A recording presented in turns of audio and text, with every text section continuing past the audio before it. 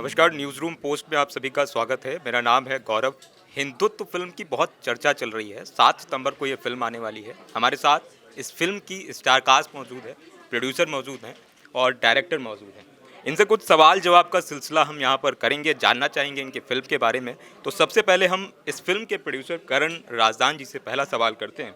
और मेरा पहला सवाल करण जी आपसे है कि आप अपनी आंखों से कुछ दिखाना चाहते हैं हमारे दर्शक को। तो ऐसा क्या है जो आप अपनी आंखों से कहने के लिए आए हैं इस फिल्म को लेकर? अब ये तो फिल्म देखकर ही जानेगी ऑडियंस कि मैं क्या कहने आया हूँ। अगर मैंने लफ्ज़ों में बयान कर देता तो फिर मुझे फिल्म बनाने की ज़रूरत न पड़ती। आशीष हमारे साथ मौजूद हैं। इनको आपने सिया के राम में देखा है, राम का किरदार निभाते थे। उनके साथ सोनारिका भी मौजूद हैं जिन्होंने देवों को देव महादेव में पार्वती का किरदार निभाया है। आशीष से जानना चाहेंगे इनके किरदार के बारे में। पहले इन्होंने राम का किरदार किया, अब इन्होंने भगवा ओढ़ लिया है। क्या है, क्या किरदार है, इससे करना क्या चाहते हैं, क्या ऑडियंस को मैसेज देना चाहते हैं?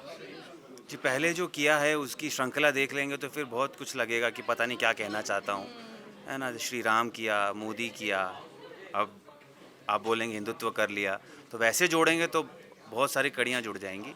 पर भरत शास्त्री का जो किरदार का करण सर ने लिखा है हिंदुत्व के अंदर, उसका किसी चीज़ से कोई लेना देना, कोई संबंध नहीं है। हम सिर्फ इतनी सी बात कहना चाहते हैं कि आज का जो हमारा सिनेरियो है उसके अंदर में जो हमारे देश की, जैसे हम कहते हैं कि मेजॉरिटी है हिंदू, वो हिंदू अगर स्वयं पर गर्व करके, स्वयं के धर्म पर गर्व करके ये बोलना चाहे कि मैं हिंदू हूँ, तो फिर प्रश्न क्यों उठता है। और अगर वो अपने धर्म की, अपने अपने जीने के तरीके की, हिंदुत्व के बारे में वो किसी भी तरह से कोई भी बात करता है, और बात करने से मेरा तात्पर्य ये है कि वो किसी भी तरह से अपनी सोच को, अपने विचारों को प्रकट करता है, वो प्रैक्टिस भी करे भले ही अपने विचारों को, तो उसके ऊपर प्रश्न चिन्ह क्यों उठा दिया जाता है। और हिंदू ही हिंदू पर प्रश्न चिन्ह उठा रहे हैं कि भाई तुम सेक्युलर नहीं हो क्या। हिंदू तो सेक्युलर होते हैं।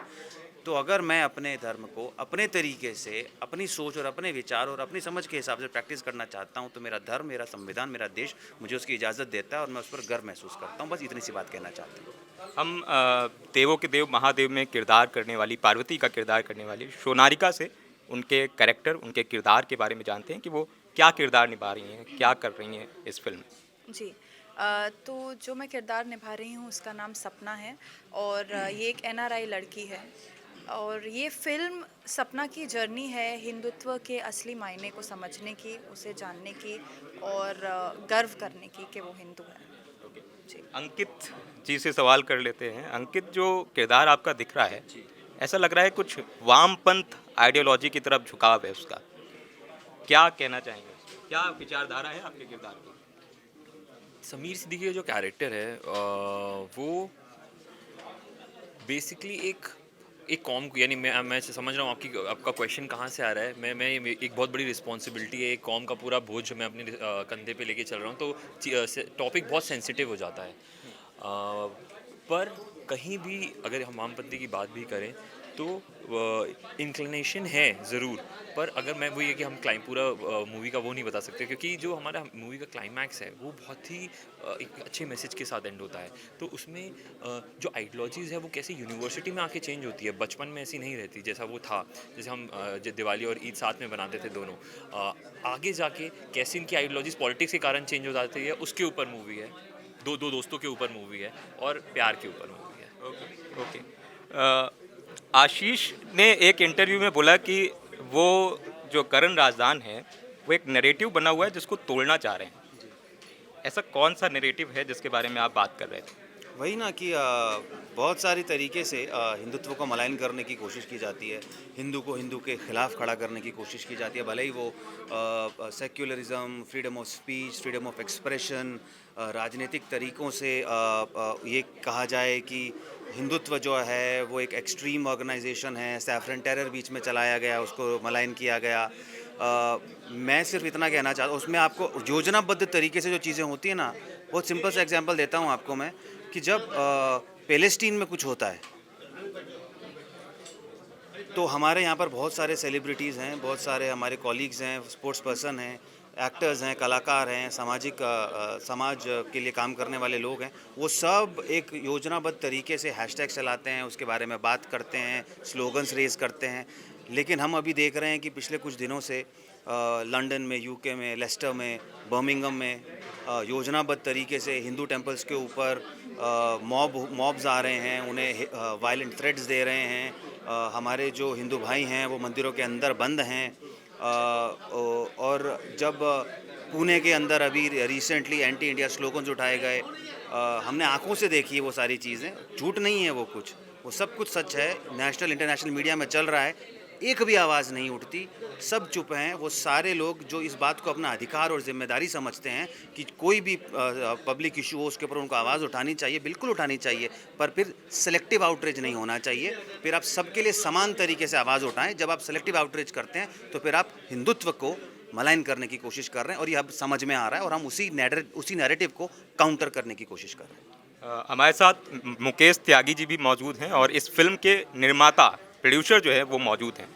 सबसे पहले मैं आपके किरदार के बारे में जानना चाहूँगा, उसके बाद इस फिल्म के निर्माता से मैं ये जानना चाहूँगा कि वो एक फिल्म लेकर आ रहे हैं पैन इंडिया, क्या सपोर्ट उन्हें बॉलीवुड से मिल रहा है। पहले आप अपने किरदार के बारे में। देखिए, मेरा किरदार इस फिल्म के अंदर जो है वो एक सेपरेटिस्ट का है, कश्मीरी सेपरेटिस्ट। और जो मेरा डायलॉग शुरू होता है कि आर्टिकल 370 को इंडियन कॉन्स्टिट्यूशन से हटाया जा रहा है और जाके देश में आग लगा दो। तो ये जो एक आर्टिकल 370 एक ज्वलंतशील मुद्दा था, जो टेम्प्रेरी प्रोविज़न था, उसको परमानेंट बना दिया था। तो इस पिक्चर में वो सब ज़मीनी हकीकतों से ताल्लुक़ किया गया है जो हमारी देश की पूरी पॉलिटिकल, सोशल, इकोनॉमिक स्ट्रक्चर को डिफ़ाइन करती है। अब देखिए, न्यू इंडिया का टाइम आ गया है, ये अमृतकाल का महोत्सव है, हमें चाइना से भी आगे बढ़ना। 1948 में हमारी इकॉनमी चाइना से पीछे थी। क्या वजह है कि हम पीछे रह गए?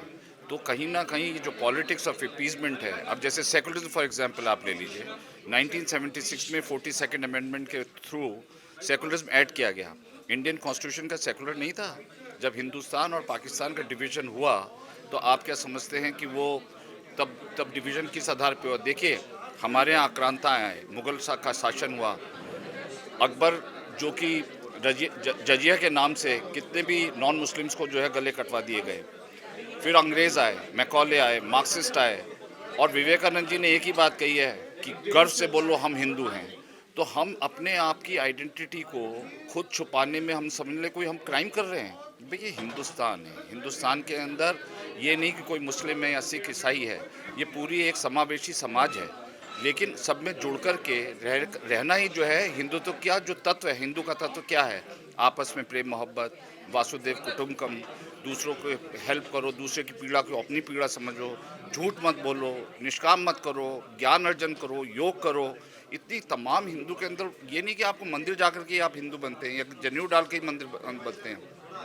हिंदुत्व जो है एक दर्शन है, राष्ट्रीयता का दर्शन है। मैं क्या समझता हूँ कि ये पर्यायवाची है, हिंदुत्व जो है राष्ट्रीयता का पर्यायवाची है।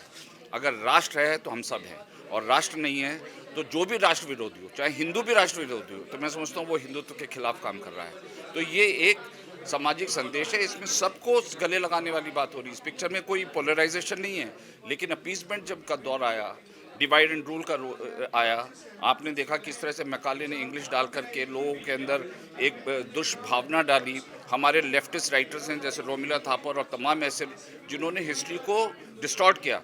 जी फॉर गधा तो कहते हैं, जी फॉर गॉड गणेश नहीं कहते हैं। तो ये जो आप अगर पूरा मैं आपको समझाऊं तो पूरी नैरेटिव ऐसी है कि हिंदुत्व को के स्तंभ को ख़त्म कर देना।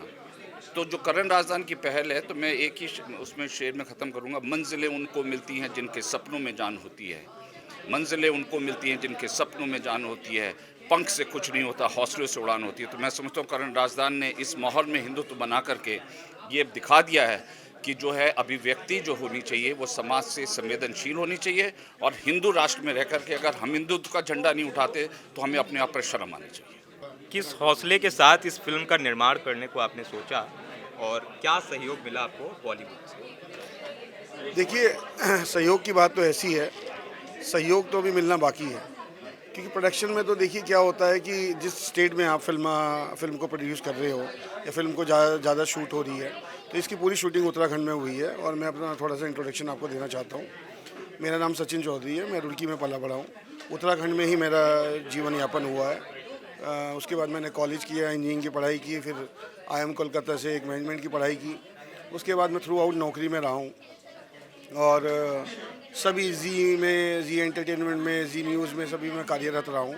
सैमसंग जैसे ब्रांड में मैंने मार्केटिंग में काफ़ी काम किया और मैं प्रोडक्शन हाउसेस से काफ़ी पहले से डील करता रहा हूँ। बहुत सारी एड्स बनवाई हैं मैंने सैमसंग जैसी कंपनी में, टाटा जैसी कंपनी में जब वो लॉन्च हो रही थी। तो इसमें सपोर्ट अगर मैं कहूँगा उस टाइम में उत्तराखंड में शूट करते हुए जो सपोर्ट मिलना चाहिए था, मेरे ख्याल से उससे कहीं ज़्यादा सपोर्ट हमें मिला। पहले तो एक वो सपोर्ट हो गया। दूसरा, अभी देखिए आजकल सब कुछ ट्रांसपेरेंट है, वैसे सेंसर बोर्ड भी ट्रांसपेरेंट है। तो सेंसर में जब हमारी पिक्चर गई बनने के बाद, उसमें हम एक बार भी हमें जाने की ज़रूरत नहीं पड़ी वहाँ पर, एक बार भी हमने किसी लड़के को नहीं भेजा। सब कुछ ऑनलाइन होके अपने आप हमारे पास सर्टिफिकेट आ गया बकायदा। और वो सर्टिफिकेट सरप्राइजिंगली क्या, हम तो एक्सपेक्ट कर रहे थे वैसे ही, बट टू द सरप्राइज़ कि भाई लोगों को लग रहा था कि नहीं ये तो यूए में नहीं आएगी, ये नहीं आएगी, वो यूए में आया। तो आप समझ सकते हैं कि कितना सपोर्ट इस फिल्म को ऑलरेडी मिल चुका है। और बाकी सपोर्ट मैं एक्सपेक्ट करता हूँ कि जब ये पर्दे पे आएगी 7 तारीख को, तो दर्शक इसको बहुत प्यार देंगे और उनको लगेगा कि हमने बचपन से जो हिंदू की कहानी सुनी है, हिंदू का जीवन जिया है, हिंदुत्व की कहानी सुनी है। हिंदुत्व एक बहुत रेस्पेक्टेड वर्ड है। उसको कोई मतलब कट्टरता से मत देखो, उसको गुटबाजी से मत देखो, उसको कोई पॉलिटिक्स से मत देखो। तो हिंदुत्व एक बहुत सुंदर, सुशील, संस्कार से जोड़ने वाला, अपने घर में माता पिता को रिस्पेक्ट देने वाला, बच्चों को प्यार देने वाला, इस भारत को प्यार करने वाला वर्ड है। तो वैसे हमें हिंदुत्व को समझना है जी। तो अभी आपकी फिल्म रिलीज़ हो रही है, हम देखते हैं कि बहुत सारी फिल्म रिलीज़ होती हैं तो वो टैक्स फ्री जो है सरकारों के द्वारा कर दी जाती हैं। आज हम देख रहे हैं बहुत सारे राज्यों में भाजपा या एनडीए का गवर्नमेंट है। सरकार से कोई उम्मीदें हैं आपकी इस फिल्म को टैक्स फ्री करने की, या क्या उम्मीद करते हैं? जी, पूरी उम्मीदें हैं हमारी सरकार से और मैं तो ये चाहूँगा कि जैसे जैसे फिल्म बिकॉज क्या होता है कि देखिए अभी कोई भी कमिट नहीं करेगा जी, अभी कोई भी कमिट नहीं करेगा कि फ़िल्म को हम टैक्स फ्री कर दें। क्यों? बिकॉज जब तक कोई फिल्म पूरी तरह देख नहीं लेगा, उनको नहीं लगेगा कि हाँ ये हिंदुत्व की कहानी ये इन्होंने किस तरह से कही है और किस तरह से समाज को आईना दिखा रही है और किस तरह से समाज का जो है एक तरीके से जो है एडवांसमेंट कर रही है, उसकी सोच का एडवांसमेंट कर रही है, हिंदू को बदनाम होने से बचा रही है। जब तक ये सरकार नहीं देखेगी खुद अपनी आंखों से और उसको नहीं लगेगा कि हाँ ये जन जन की कहानी है, हर हिंदू की कहानी है, तब तक वो इसका मेरे ख्याल से स्टेप नहीं उठाएंगे इसको सब्सिडी देने का। और एक बार उन्हें समझ में आ जाएगा तो आई एम श्योर, मतलब मैं पूरी उम्मीद करता हूँ, वो इतनी समझदार सरकार है, उसको कहने की भी ज़रूरत नहीं है कि हमें सब्सिडी चाहिए। देखिए, काफ़ी नैरेटिव सेटअप किया जा रहा है कि शायद पॉलिटिकली पैटर्नेज है, लेकिन करण ने जिस तरह से कहा कि ये प्रतिक्रिया उनकी जो है हृदय की भड़ास है। वो देख रहे थे किस तरह से हिंदू बैशिंग लगातार हो रही है, हिंदू राष्ट्र में होते हुए भी हिंदुओं को जो है हाशिए पर रखा जा रहा है, और जो लोग भी हिंदुत्व के बारे में बात करता है उसको कम्युनल की भाषा दे देते हैं या सेफरेनिज टेरर की बात दे देते हैं। तो ये बड़ा शोचनीय विषय है। तो मैं समझता हूँ कि ये कोई पॉलिटिकल स्ट्रिंग्स इसमें नहीं है। और जैसे कि अभी हमारे इन्होंने प्रोड्यूसर साहब ने बताया कि इस फिल्म को किसी भी पॉलिटिकल मोटिवेशन से नहीं बनाया गया। ये फिल्म जो है एक अभिव्यक्ति है जो हिंदुत्व को लगातार जिस प्रकार से घृणा की दृष्टि से, अब आप एक ज़माने में देखिए किशोर कुमार के गाने कांग्रेस ने बंद कर दिए थे। क्यों? उन्होंने उनके कार्यक्रम में आने के लिए, संजय गांधी के कार्यक्रम में आने के लिए मना कर दिया था। तो यहाँ पे कोई पॉलिटिकल न्यूट्रलाइज्ड है कम्प्लीटली, और जो भी इश्यूज उठाए गए वो दिल से निकले हुए हैं और हिंदू राष्ट्र को जोड़ने का काम करने का है। एक डायलॉग है फिल्म में, हिंदुत्व को खतरा है, इस तरह से करके कुछ डायलॉग है, उसके बारे में कुछ बताइए। क्या सच में आज हिंदुत्व पे कोई खतरा है या कोई डर है, क्या कहते हैं? देखिए, ऐसा है कि मैंने अभी एक बोला था कि यूनान रोम मिस्र मिट गए सब जहाँ से, मगर अब तक है नामो निशा हमारा। कुछ बात है कि मिटती नहीं हस्ती हमारी, सदियों से रहा है दुश्मन दौरे जहाँ हमारा। India is the fastest growing economy in the world. तो आज सभी देशों को ये चिंता हो रही है कि अगर ये राष्ट्र आगे निकल गया तो फिर रुकने वाला नहीं है। $5 ट्रिलियन की इकोनॉमी का सपना देखा जा रहा है। तो ये जो जेलसी हो रही है और चारों तरफ से चीन, पाकिस्तान जो दुश्मन मुल्क हैं वो लगातार से सक्रिय हैं।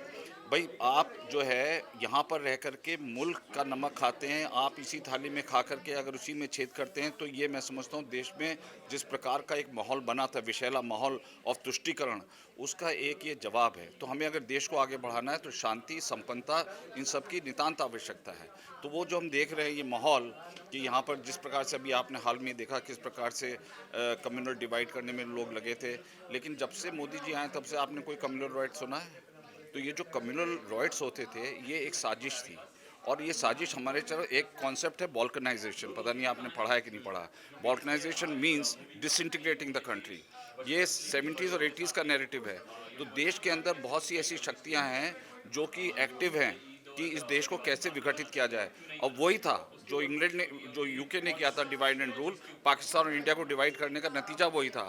तो इन लोगों ने लगातार साजिश की। चर्चिल कहता था India can not have a democracy by monkeys, और विवेकानंद जी ने कहा कि भाई अगर गर्व से बोलो हम हिंदू हैं, तो हम अपने आप को परिभाषित करने में शर्माते हैं। ये ल्यूटिन्स जो जर्नलिस्ट हैं, इन्होंने एक ऐसा नॉन सेकुलर नैरेटिव सेट किया है कि हिंदू के बारे में कुछ बात करिए, अगर आपने दूसरी कम्युनिटी के बारे में जरा सी छीटा कसी तो आप बड़े कम्युनल हैं।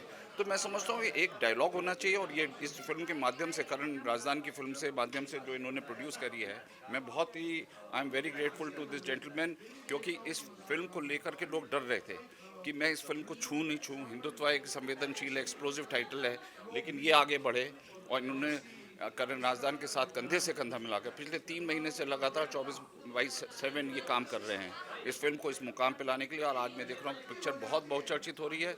No wonder this movie will break all the records. तो ये थी हमारे साथ हिंदुत्व की टीम। मैं भी उम्मीद करता हूँ कि इस फिल्म को बहुत सारा प्यार मिले, दर्शक जो है इस फिल्म को देखने के लिए जाएं। जैसे इस फिल्म के निर्माता और निर्देशक और स्टार कास्ट की उम्मीदें हैं, वैसे मैं भी अनुरोध करता हूँ कि हर फिल्म को मौका मिलना चाहिए। फिल्म को आप देख करके तय कर सकते हैं कि वो फिल्म कैसी है, आगे देखी जानी चाहिए या नहीं देखी जानी चाहिए। न्यूज़ रूम स्पोर्ट्स से मैं था गौरव, मेरे साथ हैं कैमरामैन सलीम। धन्यवाद।